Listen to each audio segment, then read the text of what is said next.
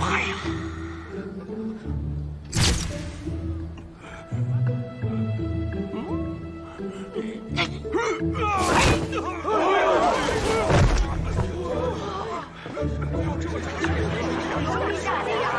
这就是斩首！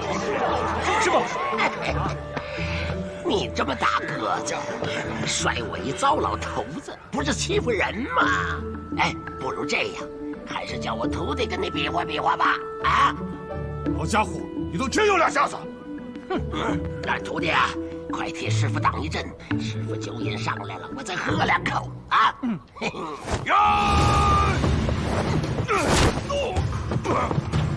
想摔我师傅，没门！滚远点！你没资格跟我过招！哎，没得商量。我怎么教你的？照打！呀！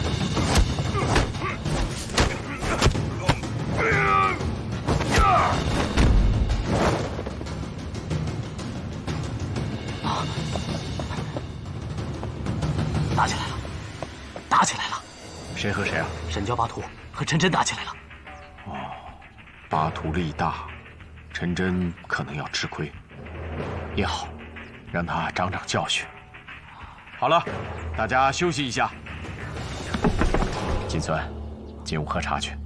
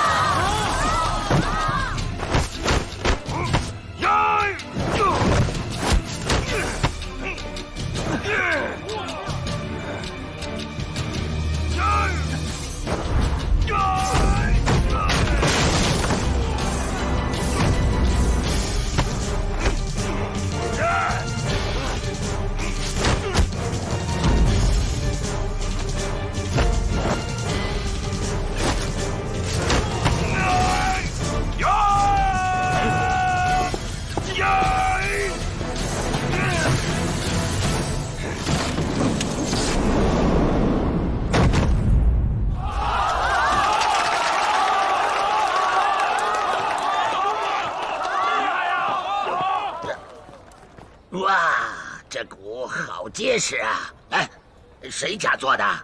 哎呀，赶紧明儿给老叫花子定做个更大的啊！我在上面睡觉，准保比皇上的龙床还舒服啊！师傅，对不起，我……哎呀呀呀，你没输。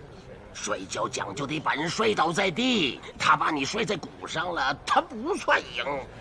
那我接着跟他打。哎，行了，徒儿，你还是给师傅看着酒壶吧。啊，来。哎，可不许偷喝啊！啊，师傅，你小心啊！老头，我如果摔死你，你有钱买棺材没有？你先把我摔倒在地上再说。呀！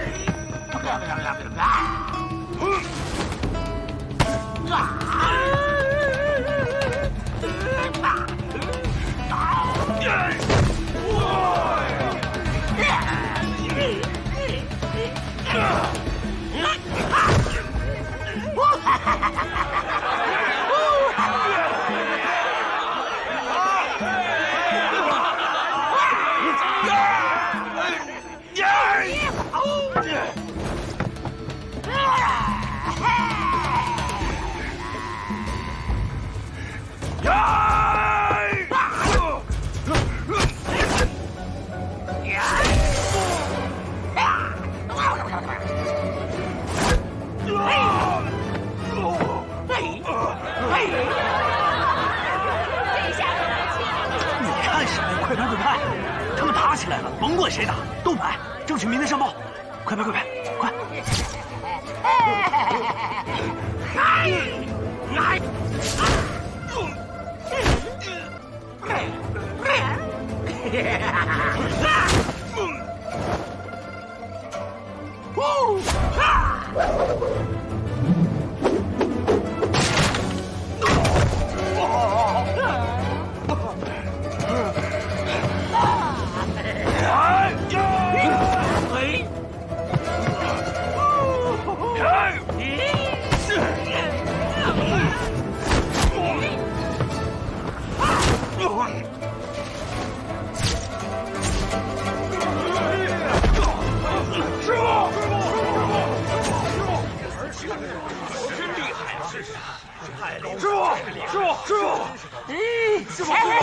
哎，这摔跤的大个子可真沉呐，打得我腕子都酸了。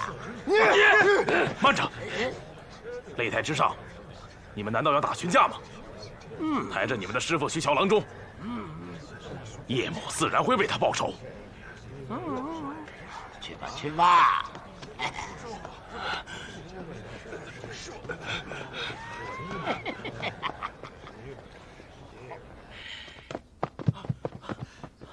师傅，神教巴图被摔下擂台，吐了血。这个陈真居然能赢巴图？不是，是陈真的师傅，那个老叫花子把巴图摔下擂台的。冤家，不管是谁了，你既已贴出了免战牌，谁把谁摔死，都不关你的事。你们两个也不要再偷看了，告诉所有弟子，门外的擂台与精武门无关。不行，此事因我而起，擂台比武，生死攸关，我不能袖手旁观。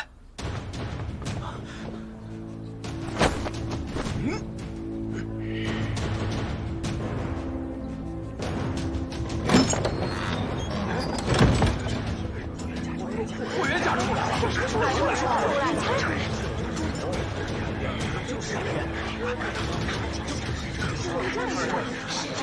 哎，正主出来了！哎，星爷的，要不然咱俩不打了，让陈真和霍元甲他们两个打，好吧？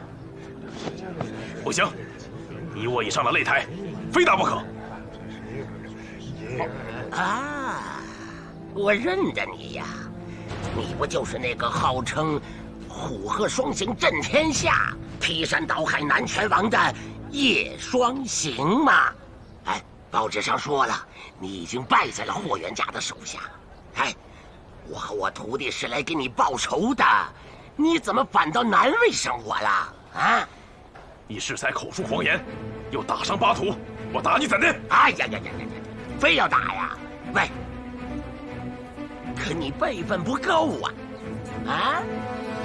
这样吧，我跟你打上50招，你若在50招内看出我是什么门派、什么套路，我就算你赢；50招内没看出来，哈哈，就算你输了。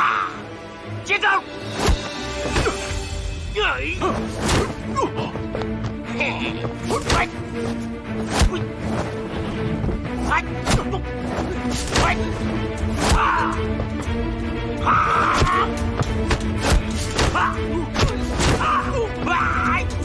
虎鹤双鹰传来了！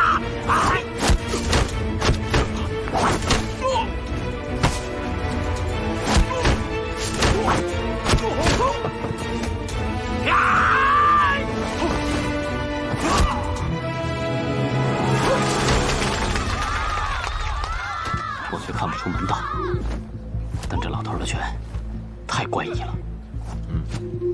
那日我和他过招时，便已看出，他拳技各家拳法之所长，汉谈看出源自何门何派。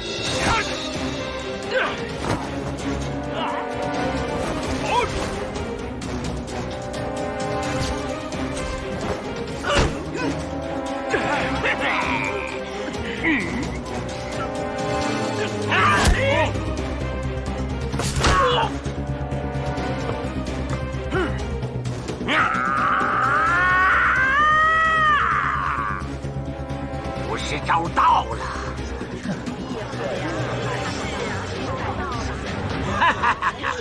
哎，叶师傅，看不出来吧？啊！再打！哎，我早知道你看不出来，你已经输了。哎，给脸不要的东西！滚下台去，滚下台去！徒弟，小胡，我酒瘾犯了。拿上来！师傅，小心！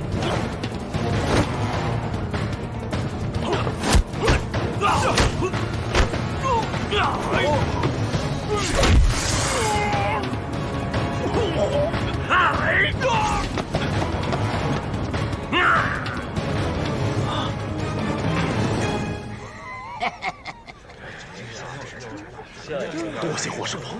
徒弟，九胡，师傅。哎，叶师傅啊，让你认输你不肯，吃苦头了吧？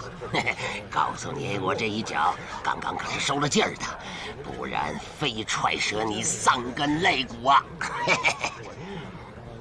前辈，我已经贴出免战告示，你们师徒为何苦苦相逼？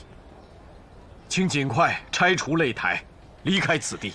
哎，我是不会走的，除非你上来打嘞。用不着霍元甲，让我雷霆云试试你。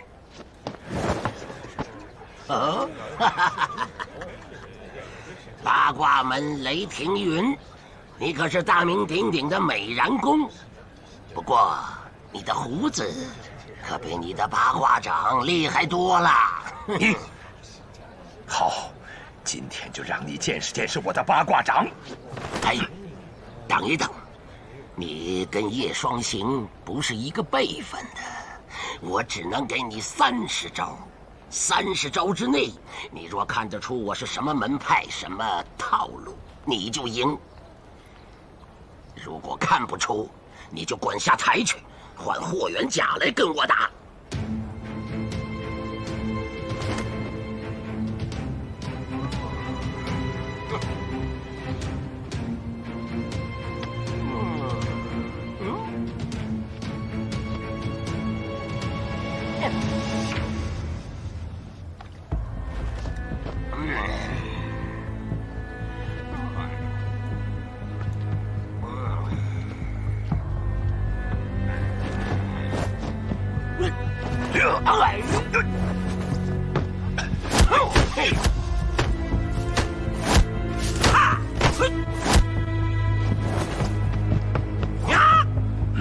雷老前辈，他腿脚功夫了得，近身相击，攻其面门。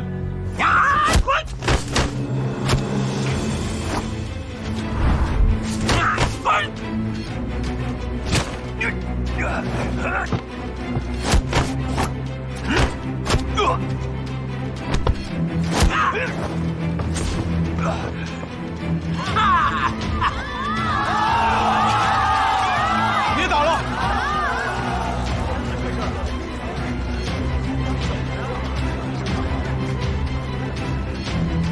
晚辈霍元甲，有眼不识泰山，还请孙老前辈见谅。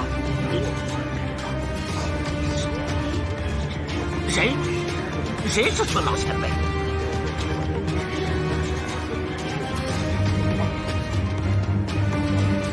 阁下，莫不是鹰爪门的前辈孙无极、孙大侠吗？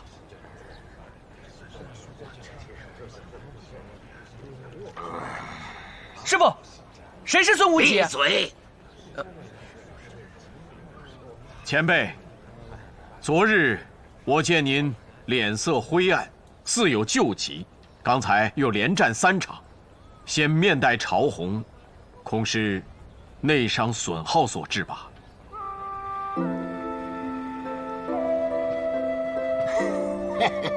霍元甲呀，霍元甲，你是郎中吧？你不会要卖我大力丸吧？哎，师傅，他好像说的对啊。您前2年不是说旧病复发了吗？你听不见我叫你闭嘴吗？都是你惹的祸啊！非要来打什么擂台？哎呀，这算了，哎呀，走了走了。知道他了。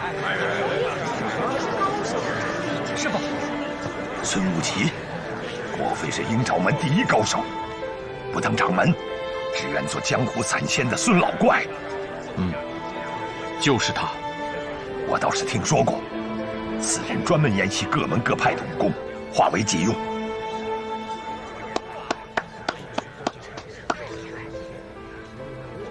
霍元甲，你不仅能打，还有见识。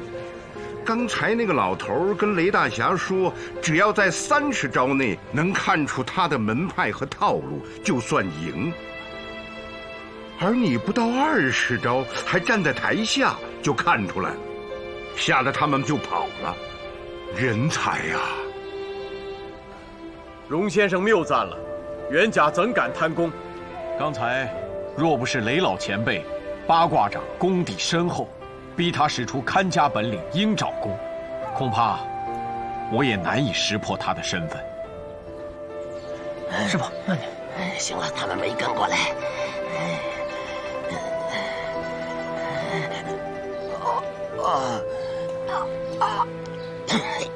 师傅，您没事吧？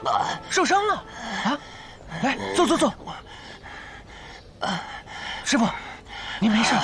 啊，我没受伤，就是老毛病又犯了，稍微累着一点，就这样，没事的。哎，喝口酒，压压就好了。好。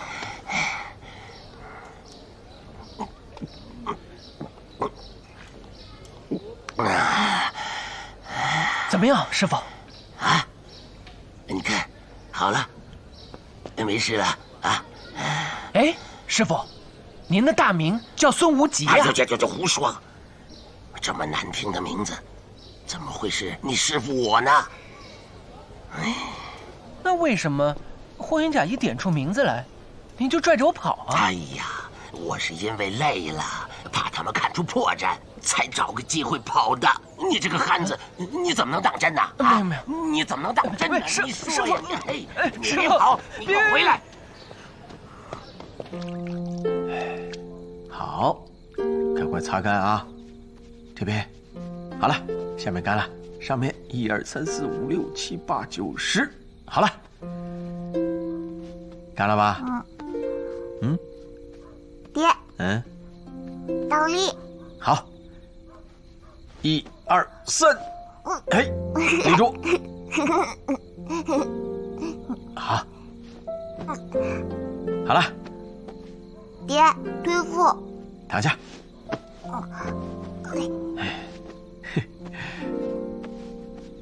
爹，孙老怪是谁呀？你听谁说的？我听许大友他们说的。我长大了一定要一拳把孙老怪打扁。不许乱说。这老人家啊，原名叫孙无极，他呀是爹的前辈，你可不许不敬。那他武功厉不厉害呀？厉害，当然厉害了。那爹和他比谁厉害？这不是没比过吗？你奶奶啊，不让爹比武。你娘虽然没说，但爹也看出来，她也不愿意。哎呀，说实话，今天啊，把爹痒坏了。要知道，江湖传闻孙无极可是武林第一高手啊。爹要是能跟他过一下招，那就痛快了。可惜了，来，提劲儿。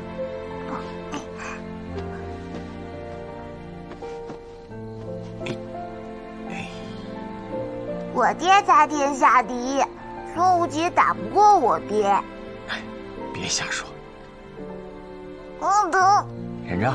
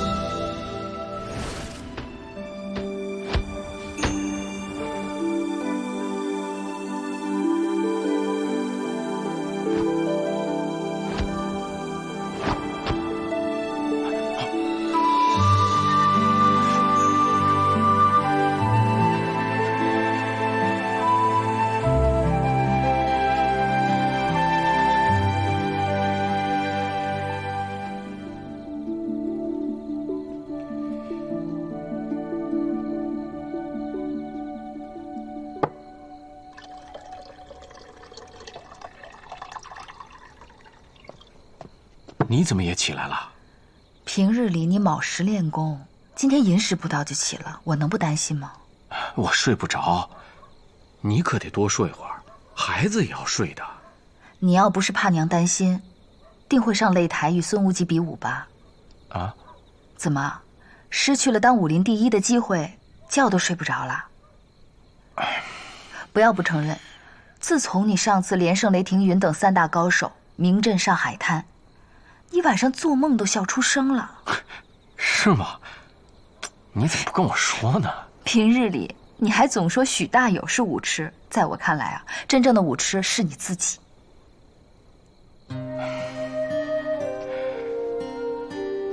哎，天下最了解我霍元甲的，就是你呀。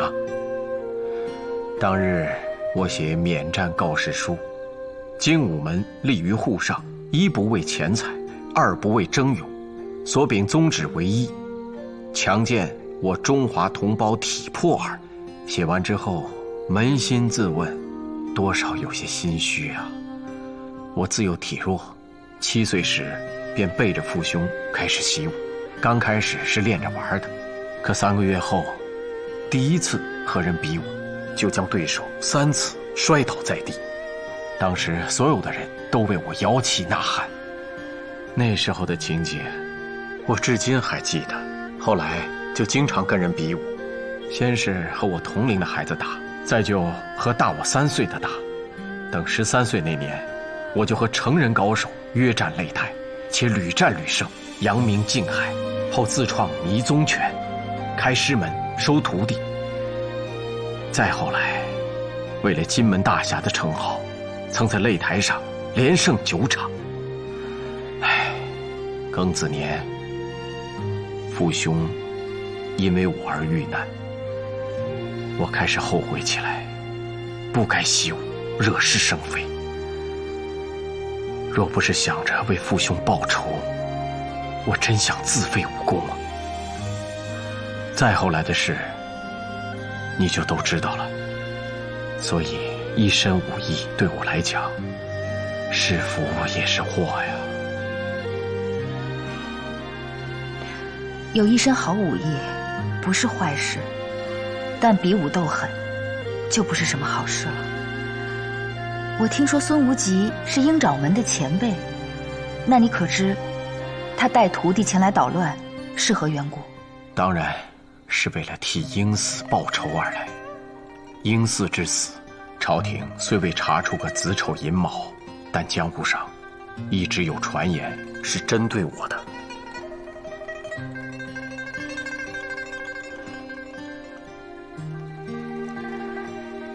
浩浩中华文明，自古以和为贵，但尚武之风亦久。所谓书剑联袂，世人所求之道。孔子言6艺，文武未分土，武，士之荣耀也，故敢死乐商；武，侠之所恃也，故一诺千金。后，武学分也，一曰军阵之武，二曰民间之武。民间之武渐成武林，唐宋之后，权剑并尊，到了前明及本朝，更是门派林立。力虽有之，弊端亦显，即各门各派喜于争强好胜，推崇自家武功打压其他门派，一桩桩一件件，由此引起的恩怨甚至惨案，还少吗？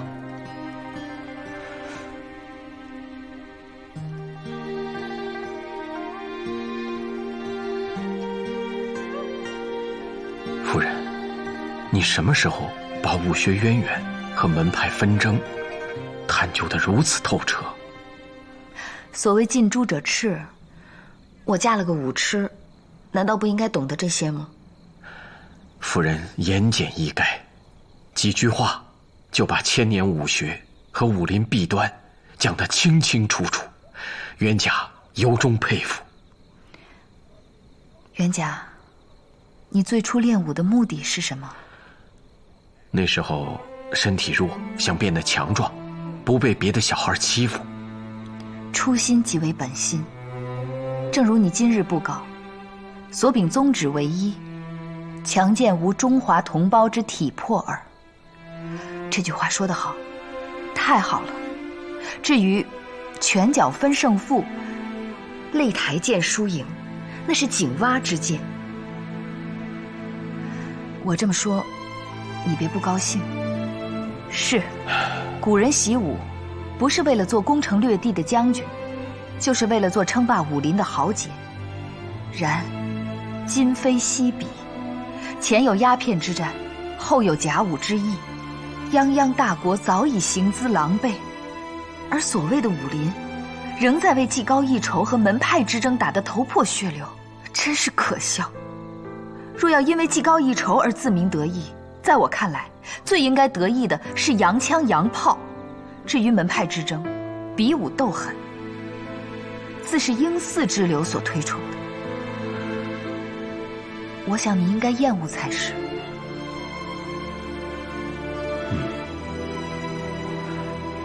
冤家受教了。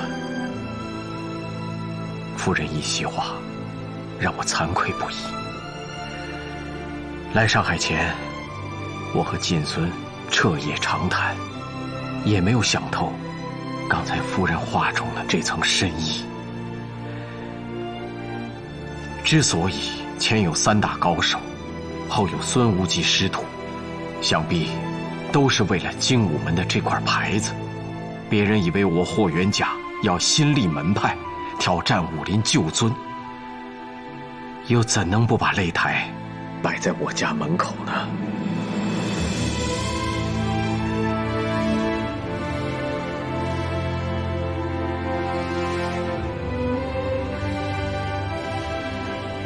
你真觉得我说的有些道理？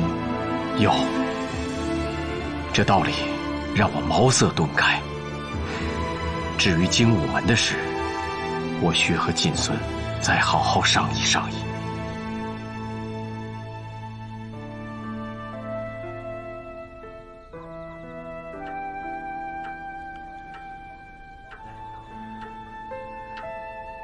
全都有啊！我跟你们说啊，每人再给我写一篇，一定要注意，要有看点，看点，看点啊！写不出来，写不出来，今天谁也别回去睡觉。哎，总编，又有什么事儿啊？这天都快亮了，再不印刷可就来不及了。要不换一篇吧？干嘛非要写霍元甲呢？把别的新闻拿出来放在头条也是可以的。不行，我跟你们说啊，咱们报馆能起死回生，靠的就是报道霍元甲。在精武门门口搭的那个擂台，咱们是真金白银花了钱的呀，不报道咱们就亏了。去给印厂打个电话，就说推迟1个小时啊，推迟1个小时交稿。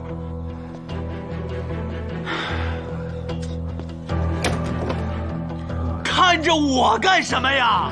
写呀写呀！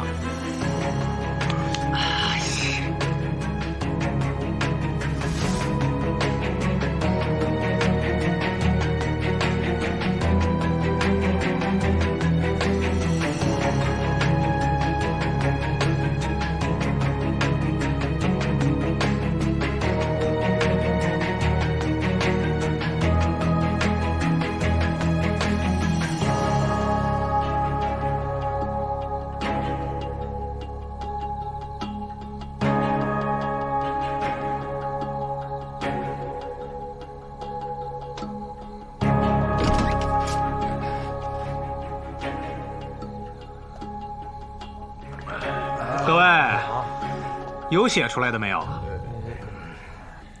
哼，我就知道指望不上你们啊！你们听听我这个标题啊：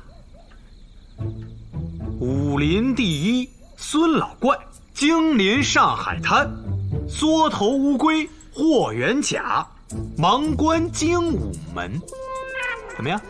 好啊，这个好，这个好是好，可是属谁的名啊？这精武门可都是打拳的，万一报复，不说霍元甲了，就算他的徒弟来，一拳还不把您的门牙打掉啊？怕什么怕呀？这篇文章，它当然是不能署我的名字。可我不是害怕，我是给诸位一个红遍上海滩的机会。怎么样？谁来？不行啊，谁自告奋勇啊？你来。说你来。哎，何玛丽不是被开除了吗？对，这篇文章就属他的笔名啊。本报新闻记者何马。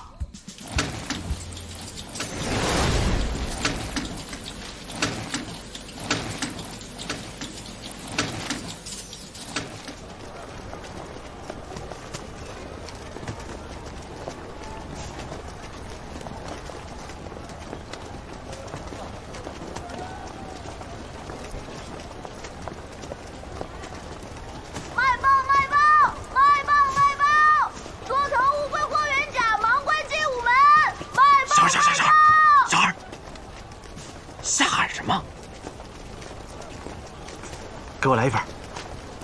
大爷，你要买报吗？啊，海上新报比平时贵1倍，有重要新闻。嘿，你这么小就会趁火打劫啊？啊，够了吧？卖报就卖报，再喊什么霍元甲缩头乌龟，揍你啊！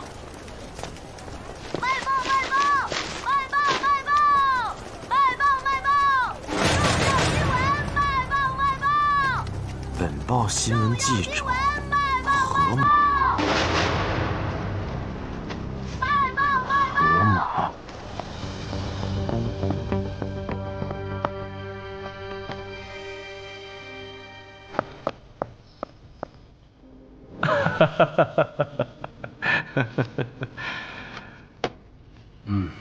元甲，这说你是缩头乌龟，你还笑得出来？这位何记者的文笔还是不错的。文笔再好也是造谣，尤其是新闻记者，更难容忍。这个《海上新报》再三跟精武门作对，这次不能再饶了他们。这个姓何的记者，3天内我把他扔到黄浦江里喂鱼。哎，金酸，你可是个有宏图大志的人，万万不可因为这舞文弄墨的小丑而惹上官司啊！可我实在咽不下这口气呀。是我拉你来上海的，你我彻夜长谈，欲以精武精神换国民之自强，哪成想碰到了这家《海上新报》。那个姓曹的总编已经可恶，一而再再而三的挑拨是非。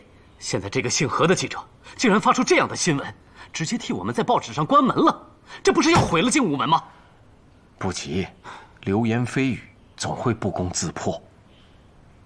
你怎么突然变得这么乐观了？这标题的前一句倒是挺准确的。孙无极，江湖人称孙老怪，确实够得上武林第一。这个人啊，来无影去无踪，现在惊现上海滩，是个难得的机会。金酸，我觉得我可以和他好好交交朋友。倘若能把他请来精武门，给弟子们指点一二，这也许就是新武林的开始。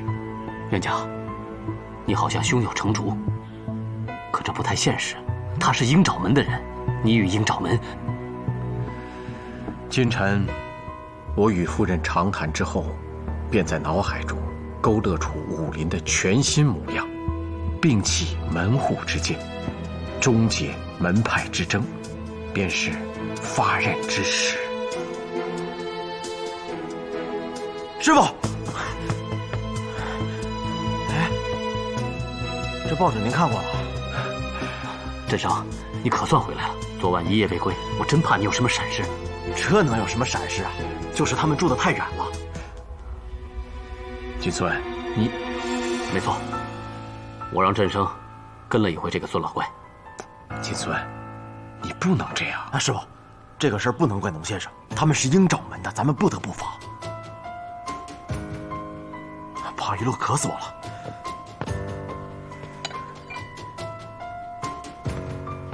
振生，他住在哪儿？有多少帮凶？朱家角，那么远？嗯，可不嘛。昨天他们离开擂台，直奔码头坐船去了。我也买了张船票，他们在船头，我在船尾，一直到了松江码头。他们下了大船，又雇了条小船，我也雇了条小船，一直跟到朱家角。这个孙老怪，他住在一个废弃的酒窖里，没发现帮凶。那个酒窖十分偏僻，周围一户邻居都没有。咱们趁月黑风高之夜动手，肯定神不知鬼不觉。振生，你说什么呢？师傅，这个孙老怪一定是为鹰寺报仇来的，趁他还没有帮凶，咱们赶紧动手，不然等到大批鹰掌门的弟子到了，咱就来不及了。住口！孙无忌是武林名宿，难道你还想杀人不成？他已经找上门了，那就说明鹰寺的事儿肯定是漏了，等着他们先报官，那咱就遭殃了。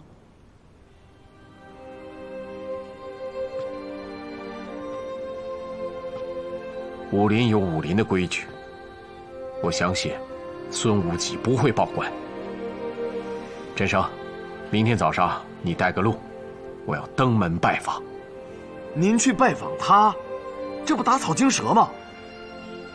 我相信我一定可以和他化干戈为玉帛。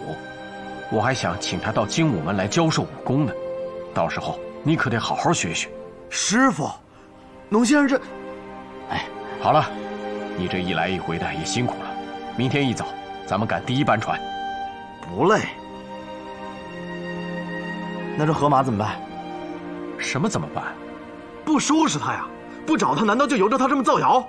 振生，看来昨天让你背写1000遍四戒，还远远不够。你也别睡了，现在就去书房，再写2000遍。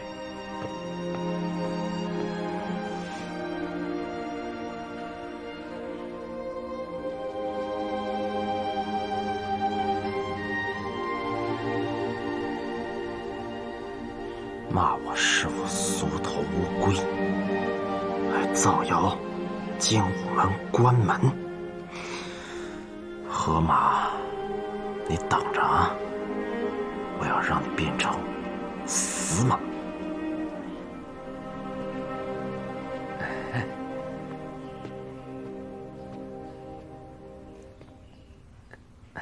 大师兄，听说你又被罚默写了，真让人心疼。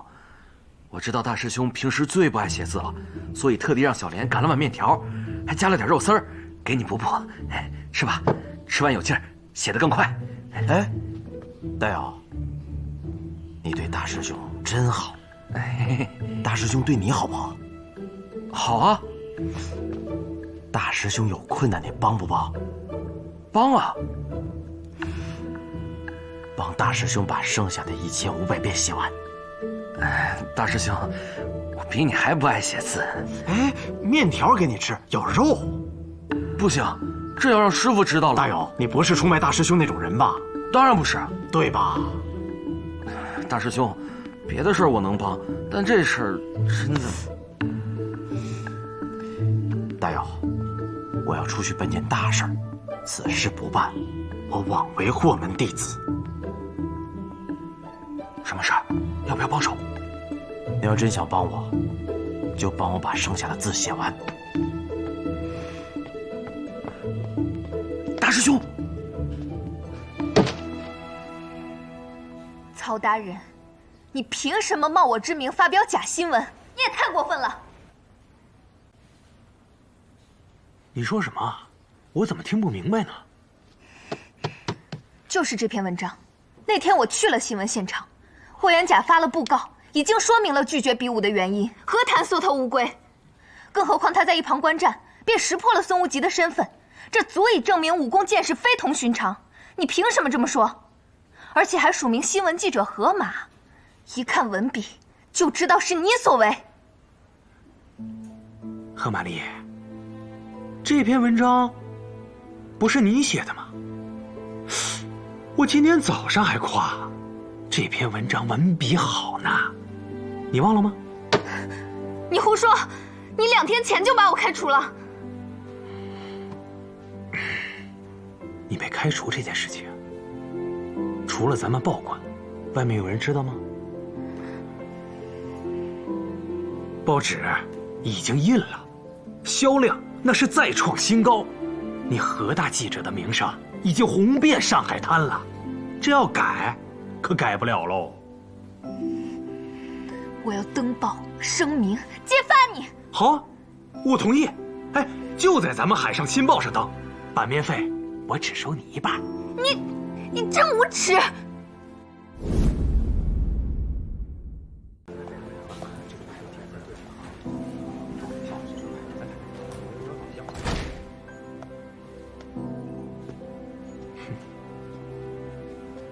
我无耻。逃婚，从乡下逃到大上海，你骗了南方的聘礼，人却跑了，你现在说我无耻？哎呀，哼，一个女孩子，仗着读了几天书，就想跑到大上海来当记者，哼，有那么容易吗？啊？也就是我曹大人心善，把你收留了。大上海几十家报馆，有第二家敢要你的吗？不识抬举。我说把你开除了，就是为了给你个教训。当然了，真要把你开除了，我还是很心疼的。你呢，还是回报馆来上班啊？我给你提的那个要求啊，你也该答应我了吧？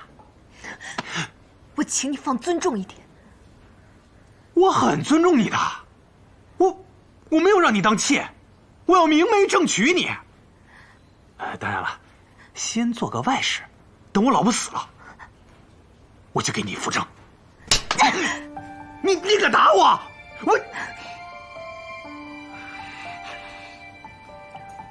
滚！你现在就给我滚！我正式通知你，你被《海上新报》开除了。我看还有哪家报馆会收留你？啊，像你这样的女人到大上海来找饭碗，我告诉你，你就只能去窑子，而且赶紧去，别在街上溜达。霍元甲的那些弟子都在到处找你，正等着打你闷棍呢。你干什么？再打我，我报告巡捕房。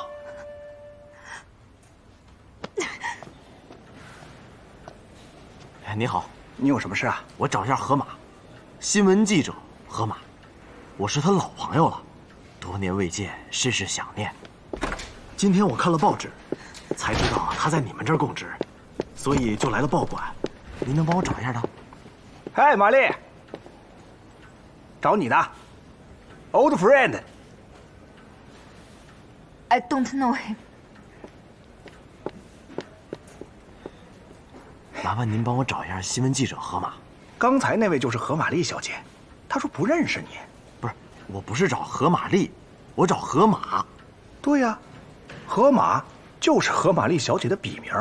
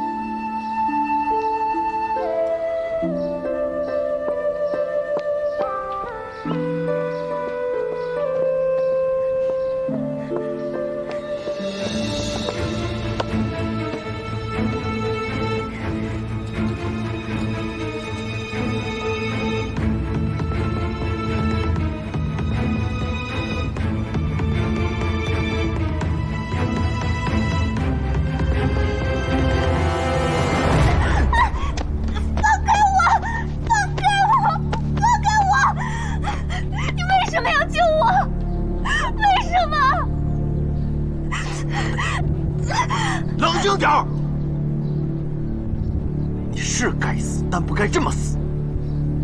你要死了，全上海都以为我师父怕孙老怪，才关的精武门。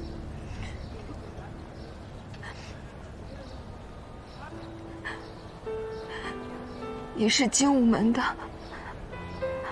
霍元甲的徒弟。大丈夫行不更名，坐不改姓。霍门首徒刘振生。我想起来了，刚才就是你冒充我老朋友，去报馆找的我。是。怎么了？那你不是来救我的，是来找我报复的。你带刀了没有？给我一刀，抹了我的脖子。就你这个小体格还用刀啊？一掌就劈死你！那就快劈吧，快点！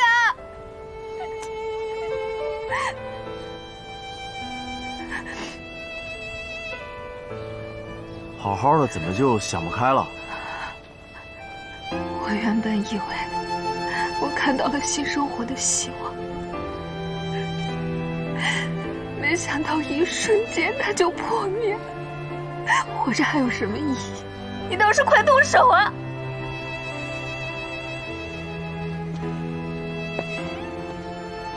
你要是个男的，污蔑我师父，我肯定一掌劈死你。好男不和女斗，以后小心点。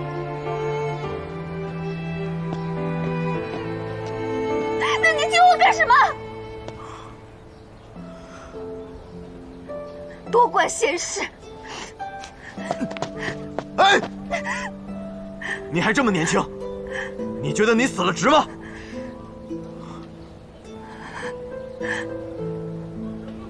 我是被诬陷的，我为什么要死？我死了，坏人不就得逞了吗？对了，我不死了。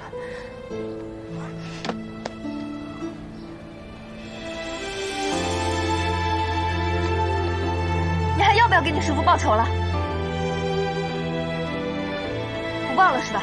那我走了。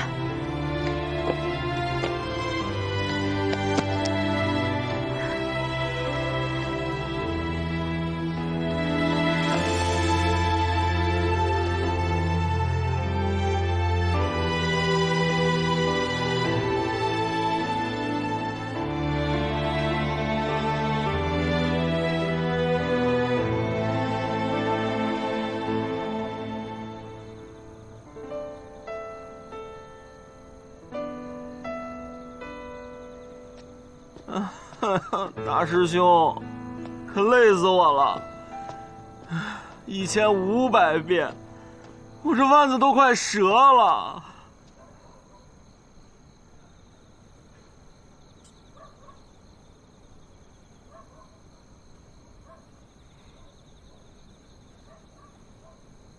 大师兄，大师兄，又想杀燕了吧？我说你乐什么，大师兄？你告诉我。一边去！大师兄，哎，你今天办的事办了没有啊？到底什么事儿啊？你跟我说说呗，大师兄。你真要去见那个孙无极呀？早晚要见面，躲是躲不过的。人家是前辈，即使登门拜访，总要带些礼物才行。你看我准备的这些，行吗？太好了，周到，我怎么就没想到呢？一定要以谦逊之姿来讨好这位前辈，才有可能坐下来心平气和的聊啊，要不然都是武林中人，还不得一见面就动手了？所言极是，夫人准备的这份厚礼就是敲门砖，多谢夫人。还是要多加小心才是啊。放心吧。昨天晚上我做了个梦。什么梦？梦见这回是女儿。对不起啊，袁家。为什么说对不起啊？我知道你喜欢儿子，男孩可以子承父业，可以把精武门发扬光大。谁说我只喜欢儿子了？咱不是有东诀了吗？哎，这回啊，我还真希望你能给我生个女儿呢。真的？真的。2天前，娘还跟我说过，有儿有女，此生才算圆满。你呀，这回如果生个女儿，那可就立大功了，我还得好好的谢你呢，是吧，女儿？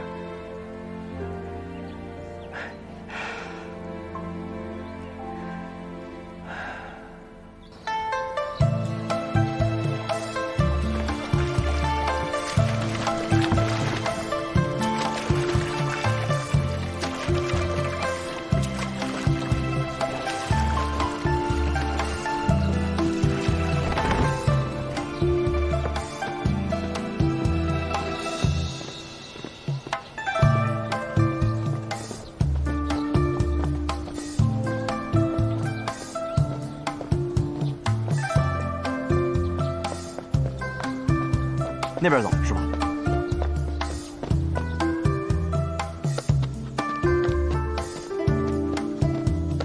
师傅，这就到了，那边。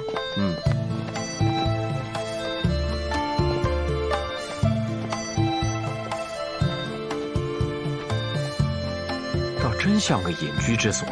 不过，找个酒窖来隐居，也不是常人能做到的。郭爱啊，孙老郭爱嘛。来，等一会儿见了面。可不许提这2个字，在武林中，孙老前辈长为师一辈，你需小心恭敬。好。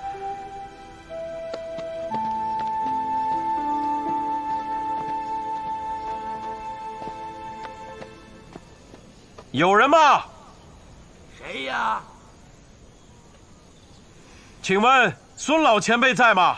晚辈慕名而来，不知前辈能否赏脸相见呢？这么客气干嘛？大门又没上锁。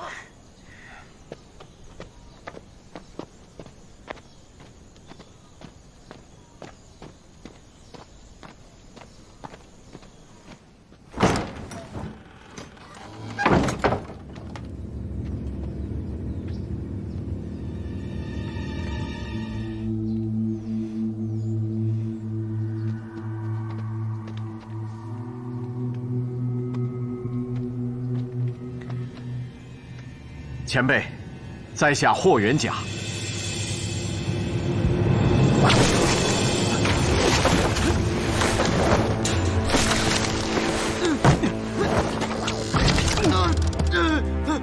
放开，放我下来！卑鄙！师傅，烫着一个。我听见了，霍元甲耳疾较快，竟能逃过我下的网，总有20年的功底吧。嘿，哎呀，哎呀，徒弟呀，你绑紧点，然后出去望风，看看他们带了多少帮手。霍元甲很狡诈的，我们不得不防啊，知道吗？知道了，师傅。放开，放我下来！卑鄙！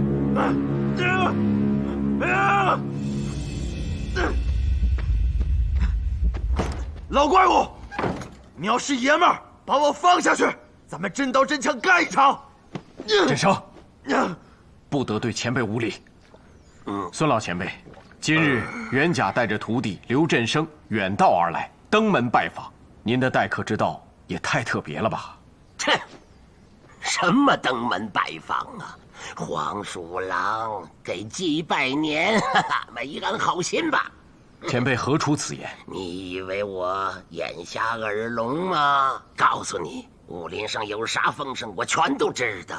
当天在精武门门前，你认出了我，我为什么找你？恐怕你也心知肚明了吧？元甲今日既然来了，就不打算再隐瞒什么了。好，那你说，我四师弟吕四英确实是我杀的。哼，这么容易就承认了？你到底带了多少帮手来？确定能杀了我灭口？我早已言明，今日是登门拜访，前辈为何一口一个杀字？这个就不劳烦前辈了，我自己把它放下来，如何？今天我来还备了份薄礼，被您一同套在网里了。如果不放下来，这礼也没法送啊。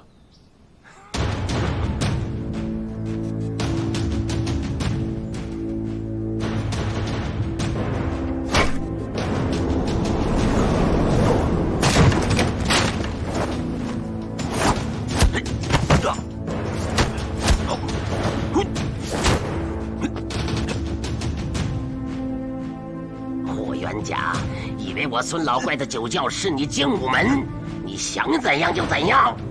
不敢。老怪物，你说你这么大岁数，除了会使暗器、设圈套害人，你还会干什么？哎，你把我放下去，你看我怎么把你这个鹰爪掰成鸡爪子！振生，你叫刘振生，怎么了？你还舔着脸叫唤？天天下了擂台，我本打算在上海多住几日，喝点好酒。没成想你小子在后面跟踪我就只好跟你演戏，直奔码头回了朱家角。我好歹也混了几十年江湖，你跟我跟得这么容易，嘿嘿，你就不动动脑子？上了船，我和我徒弟在船头，你在船尾，戴个斗笠就以为我认不出你来了？我就是不想搭理你。在松江码头换乌篷，我带着徒弟在前，你在后。你给船家加了1倍船钱，对吧？你还让人家替你保密，哼，跟我玩这套，你可差得远。哼，见刘振生跟踪我，我就猜到霍元甲一定会来的。四师弟，大师兄今天就要给你报仇了，你睁开眼睛看着。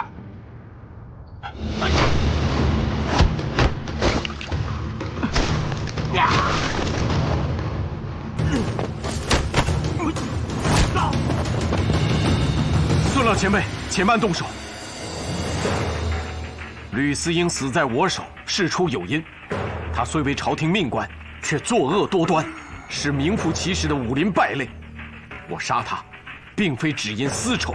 哼，几年前，金门霍家遭了难，你爹霍恩弟死于非命。这件事我有所耳闻，但如果我没记错，那是在庚子年。乱世之中，洋枪洋炮，是你先在京城惹恼了洋人，才招致灭门之灾。你不该把这笔账全记在英四头上。可你霍元甲在英署大开杀戒，10几条人命啊，其中就有我鹰爪门5位高手。你还一把火把房子烧了，毁尸灭迹。霍元甲，你够狠！这一劫乃近10年来在武林中最大的一宗血案，更是我鹰爪门自道光年以来受过的最大耻辱。霍元甲，我绝不会跟你善罢甘休的。前辈，鹰四勾结洋人，危害武林在前，杀戮无辜在后。我杀他，既是为武林除害，也是为民除害。何谈武林血案，更何谈鹰爪门的耻辱？呸！鹰四那些事我很清楚，就算他不地道，那也轮不到你霍元甲出手。你懂不懂武林规矩？规矩？前辈说的是哪一条规矩？大宋年间，武林才建立，门派初分，老祖宗就预料到继承武林就免不了有恩有怨，为避免血雨腥风，便定下了规矩，不管何门何派，只要是正统弟子，犯了错，都需交由本门惩处。我鹰爪门自成立以来，天下各派谁敢争锋？至光绪年，鹰门9子响彻武林。你竟然杀了鹰四，就是不把整个鹰爪门放在眼里。我与鹰四结怨于庚子年，可我并没有立刻复仇。没想到数年间，他不知悔改，一意孤行，助洋为虐，被他害死的武林中人又何止数十。我之所以摸到他的行踪，是因为我的二徒弟高齐背叛师门，跟着鹰四做了很多坏事。我本欲清理门户，可谁知顺藤摸瓜，得知鹰署之内藏匿少女10数人，供鹰四和洋人行乐。可以说英司已经恶贯满盈，十恶不赦。我不杀他，又怎能救得下那些良家妇女？从这一点看，就可以不论武林规矩。更何况，多年来鹰爪门对吕四英的胡作非为视而不见。难道老祖宗就没有规定过各大门派约束门徒、惩处奸佞吗？要谈武林规矩，是贵派先坏的，而非我霍元甲。霍元甲，你还真能说会道，啊！说什么为救良家妇女，我凭什么相信你？实不相瞒，杀了鹰司之后，我也想过，早晚要面对鹰爪门的前辈，故而找到了那些被营救的女子。这，就是他们的证词。他们本来不愿意再提及此事，但为了佐证救命恩人的义举，便纷纷在上面画了押。前辈请过目。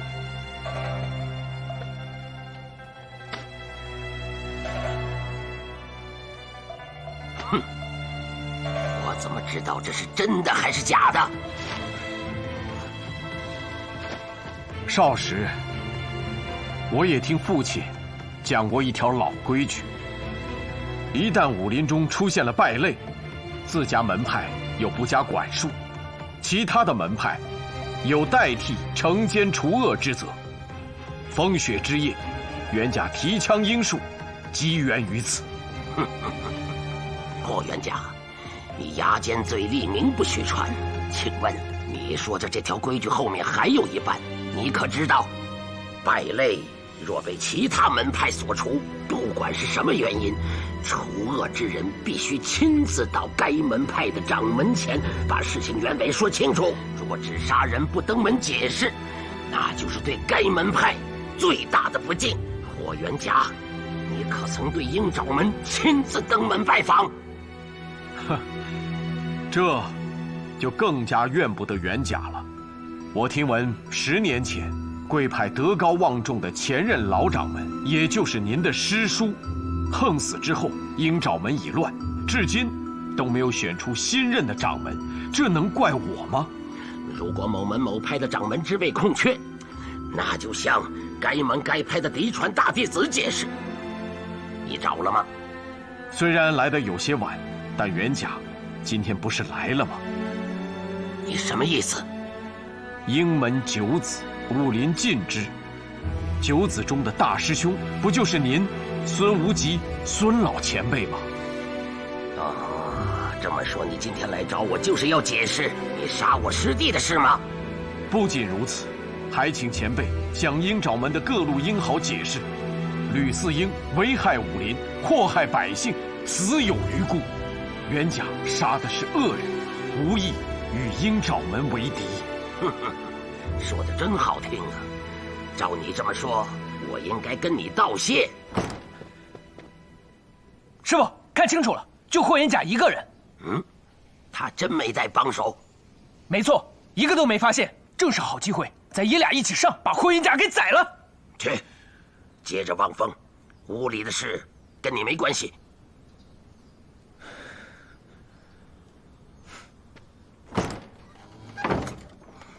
孙老前辈，元甲诚意来拜，除了被吊着的大徒弟刘振生带路外，确实没有带其他人。事情的原委我也都讲清楚了，前辈总该相信我了吧？霍元甲，你要是带10个8个的徒弟来，我孙无极跟你的过节也许就一笔勾销了。可你，你也太过分了！你是看不起我孙老怪。前辈何意？你明知道我有个徒弟叫陈真，他的功夫你也见识过了，你大老远的来就带了1个徒弟，你是觉得你的迷踪拳能够战胜我的鹰爪功吗？你有10足把握是不是？你什么辈分，我什么辈分？你才练了几天拳脚，就把我这练了一辈子的孙老怪不放在眼里，更是看不起整个鹰爪门。今天我跟你没完！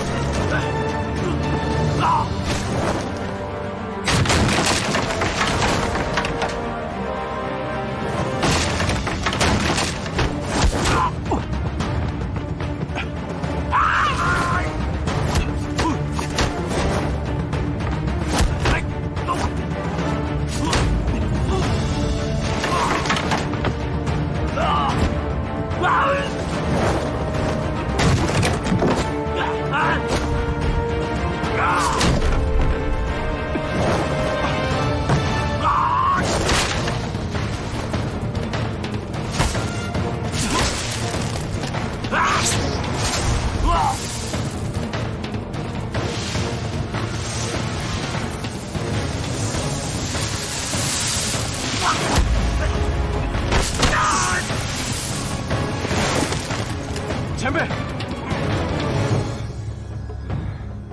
袁家此番诚意来拜，绝不是与您一较高低。您出招为何如此凶狠呢？哼，不想一决高低，你来干什么？前辈请息怒，听袁家多说几句。您的武功可谓天下无敌，袁家与您之间更差着辈分，想用迷踪拳打赢前辈，那更是痴心妄想。这一点，袁家还是有自知之明的。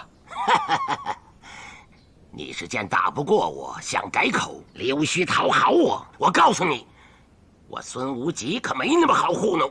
随前辈怎么想，但袁家此番来拜，确实是有目的。好，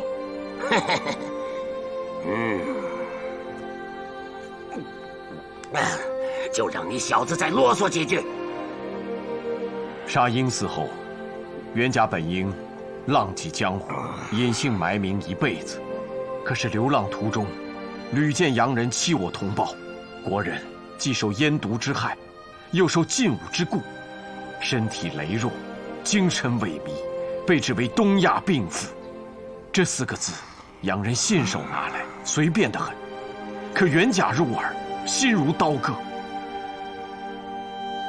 此番，袁家携一家老小，冒险抵沪，开设精武门，绝不是要以一个新门派来对抗武林旧尊，而是想通过精武门打破旧武林门派纷争的陋习，倡导自强共进的新风。设想有朝一日，习武之风盛行中华，男儿个个身强体壮，男女老幼精神振奋，洋人岂敢再侮我为东亚病夫？如果以中华武术改变一个民族的精神面貌，将是何等的丰功伟绩呀！真不知天高地厚，你以为你是当今皇上啊？袁家虽只是一介草民，却愿为国强民振尽一己之力。戊戌年，袁家有幸聆听谭嗣同谭大人的教诲，后更有幸与抵抗洋人的前辈大刀王五结为兄弟。时至今日，袁家虽未对国家和民族做出贡献，但此2人的胸怀和精神却一直感召着我。前辈，袁家刚才都是肺腑之言，还请前辈深思啊！好，听了你这一番梦话，我这个自幼习武的老头心里边也挺敞亮的啦。可是你说来说去，这跟你来拜访我有什么关系？要想武林有新气象，关键是打破门派界限。袁家斗胆，恳请前辈到精武门教习武功。你说什么？当然了，也有私心。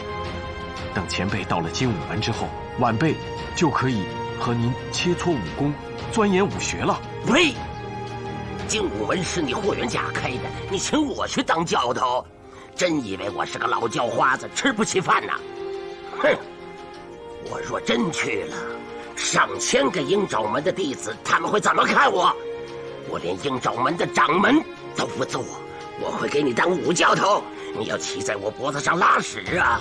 你真是欺人太甚！好，我这就用看家的鹰爪功废了你的那个迷踪拳！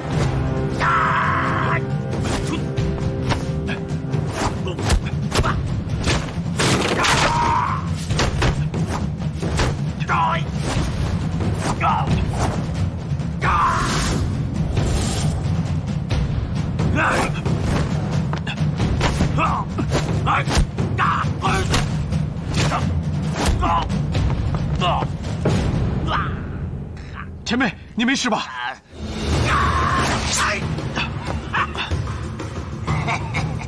这就叫做兵不厌诈呀！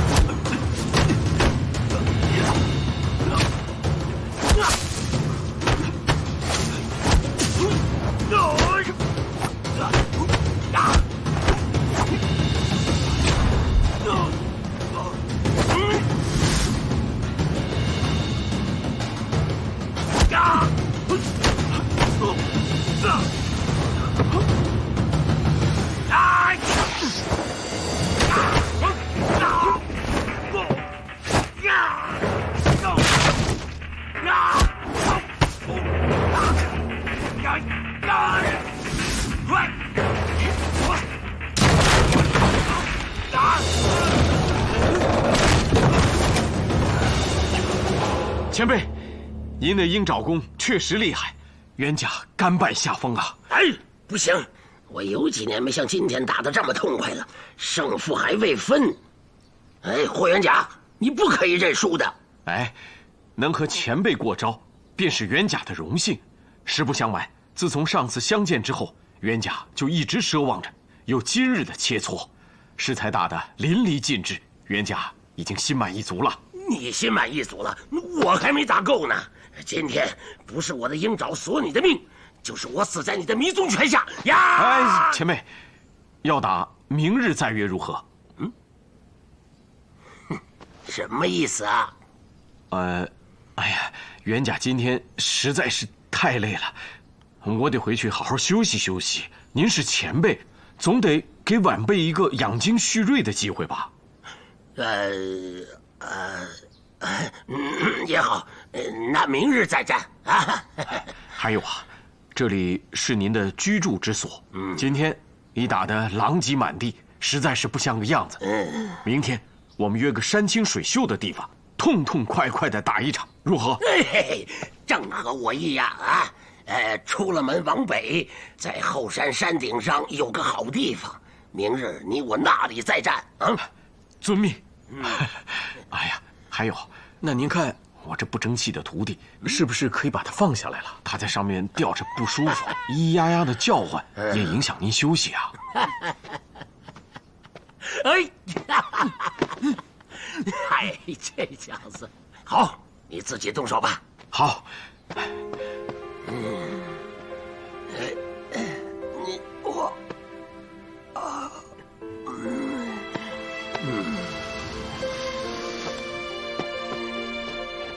啊，老怪物，进城。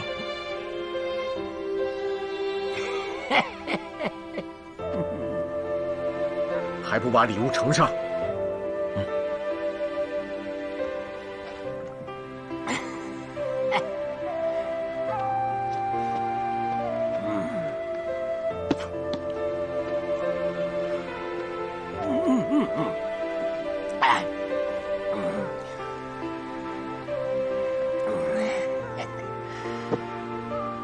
那就先行告辞。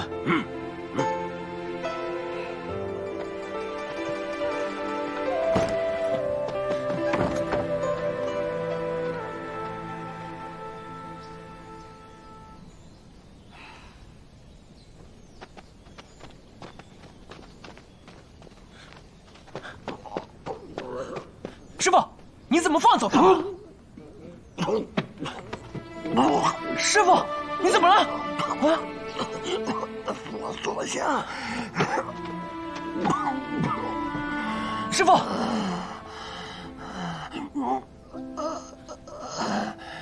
拿酒来。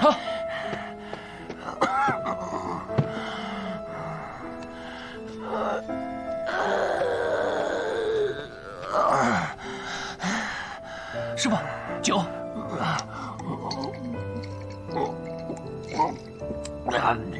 霍元甲敢伤我师傅，我去宰了他！哎，等等，区一个霍元甲，怎么会伤得了你师傅啊？这不关他的事。师傅，那您这是？其实呢，是你师傅救急犯了，要不然早就像捏小鸡一样捏死他了。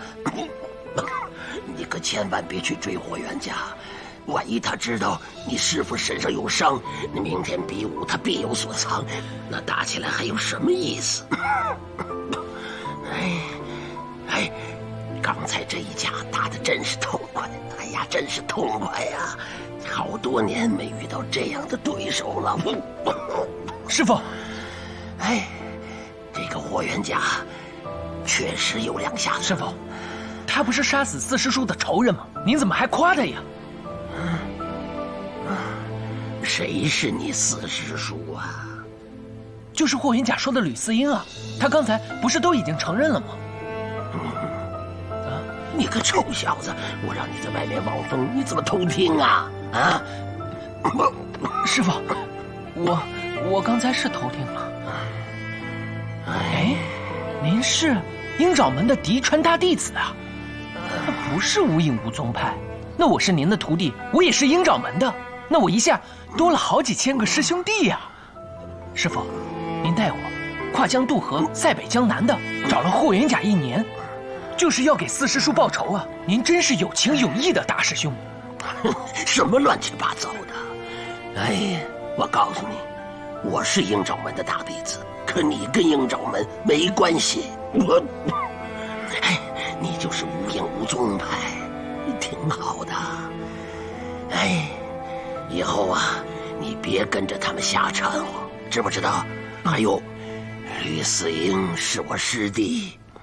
20年前我就看出来他不是好东西啊！哎，你更用不着叫他师叔了啊！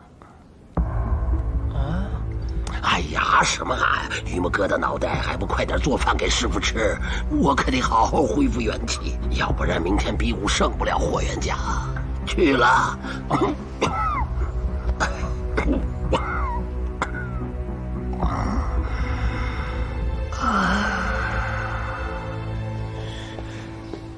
师傅，刚才那老头的鹰爪功已经乱了分寸，您为何不乘胜追击，却说自己累了呢？行啊，被吊得那么高，居然还能看出门道来啊！这个孙无极是劲敌，不除必是后患。哎，镇上，这是武林的旧习气，得改一改。这怎么？以后不许动不动就除掉这个除掉那个的。孙老前辈是用嬉笑怒骂隐藏着一身正气，他是当之无愧的大侠。通过刚才的比武，我断定他身有旧疾，而且很严重，不然以我的武功，别说取胜，能抵挡100回合都难。真的？你呀，赶紧找找，看看当地最好的药铺在哪儿。药铺？哦，对，您受伤了，我这带着药。行，我这点小伤算什么？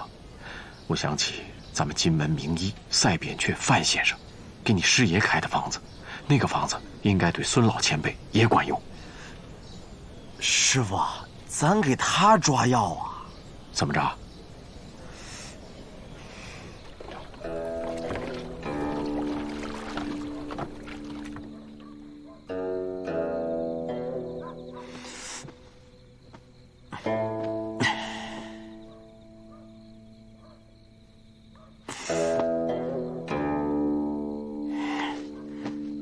师傅，要不咱今儿晚就回去吧？为什么呀？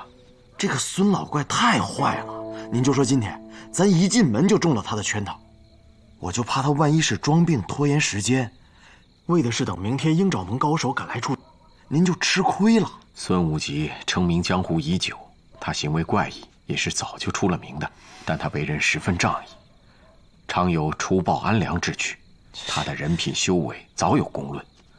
你想的不太可能，你呀，还是早点休息，养足精神，明天好保护为师啊。您哪用我保护啊？从来都是您保护我。可从小我也没少替您挨师爷打。哎，师傅您干嘛呢？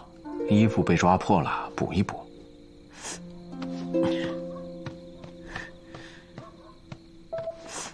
哎呀，师傅，您怎么能干这活呢？给我帮我来。不用，我这都快缝完了。哎呀，师傅，你这个小针脚又细又规整，我跟您这么多年，没发现您会这手啊。学武艺光靠蛮力可不行，一定要心灵手巧，要不然怎么练就上乘武功啊？年轻的时候，我都是背着你们缝衣服，怕被你们看见不好意思。这几年有你师母照顾我，这种活儿都不用我做，手艺都丢得差不多了。